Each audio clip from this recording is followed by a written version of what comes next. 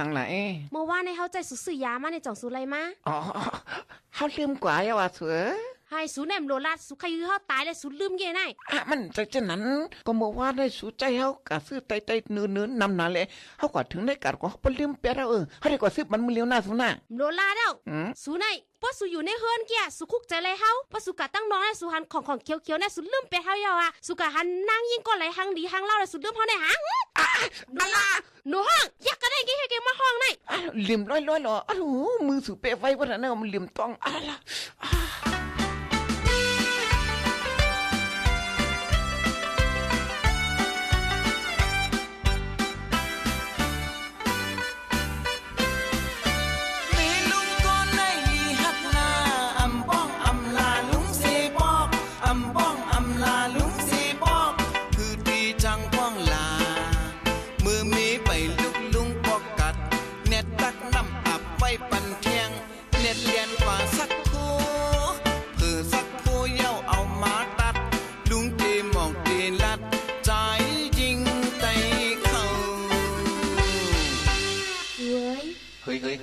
อาบน้ำสูเซก่อนแล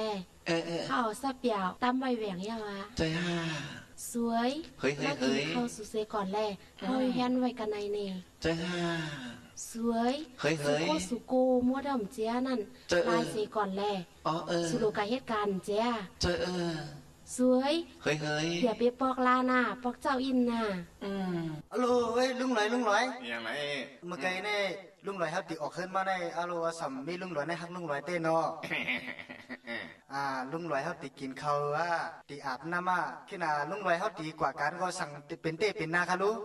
อุ้ในโปข่อยลุงหลอยเขาวันไหนหลานนี่หลานมันไปกูสั่ง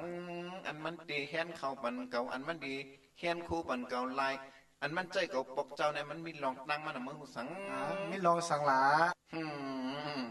มือมีเก่าไปลุกลุงบ่ปกกัดเน็ตตักน้ำอับไว้ปันมันแทงตาเน็ตเลียนกว่าสักคู่เปิดสักคู่อย่างมันตัดอย่างมั่วก็ไหนเลยอันเก่าเขียนไว้จนนั้นมันมาเอานาให้มันถังสังเตี้ยก็ไหนเลยอันมันใจเก่าปกเจ้าอันมาได้พอเขาปกลามันจะเลยเหตุการณ์เฮือนูใจปกเจ้ามือกูสั่งอ๋อคือถามว่ามันหักลุงหลอยเฮาเตะคิดเตะมันขี้ข้านู่นเนาะโอ้เสียนมีเนาะ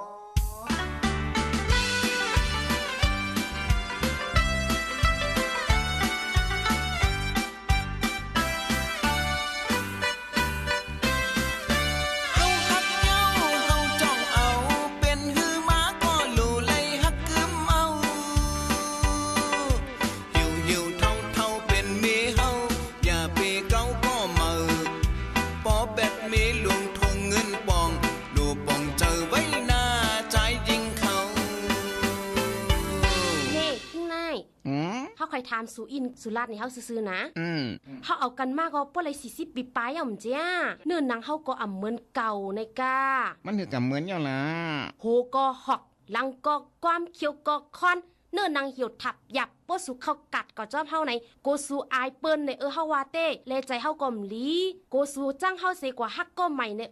กางใจสุซับมีจื่อล่ะคิงอัลโหลสวยอย่าไปป้อมือเจอพวกนั้นเลยนี่กวนเฮาอันมาในมันก็เหมือนหนังหมอกกับเสือมือ